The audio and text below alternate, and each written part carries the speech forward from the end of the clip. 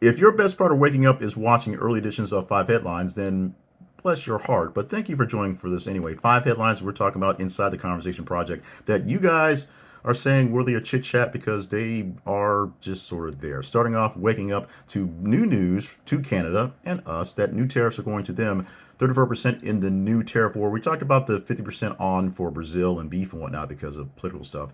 Canada's going to get 35% starting in a few weeks because Trump doesn't like Canada or something. Go deeper into the story, you'll see what's going on. It's developing right now. FBI is offering $50,000 reward for a suspect who allegedly fired a law enforcement agent on an ICE class yesterday. Big clashes in California yesterday, and one person pulled a gun on an ICE agent and fired at them. They're looking for information to find him. There's camera footage. If you know something, you can say something, or you cannot.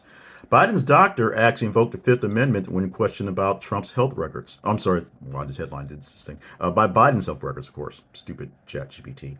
So Biden's doctor once said he didn't want to talk about it because of client doctor privilege, and then said, "Oh, I want to plead the Fifth." What makes you wonder what was actually going on, what does he know, and who was working the auto pen. This thing gets a bit more suspicious, and as opposed to people just saying, oh, he was just sort of old and slow, now people seem to actually show it to be an actual cover up on who was running the show while Biden was in the last months at the White House. Paul McCartney is running the show and running his shows at the age of 83. He probably could run the White House very well. But right now, a North America tour coming, the Got Back Again tour, 12 cities, including New York, Chicago, and Los Angeles. If you missed him last time, he's playing Beatles classics, Wings favorites, and some solo hits.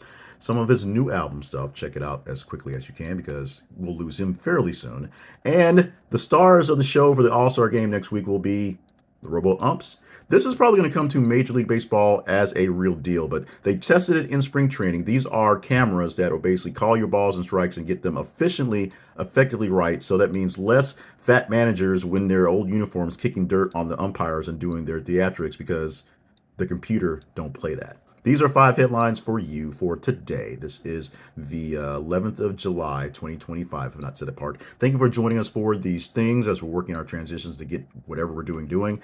Thank you for all the positive vibes and the comments that are not so positive because it tells us what to work on. More coming up today with hopefully a later edition and hot takes all day long on these channels.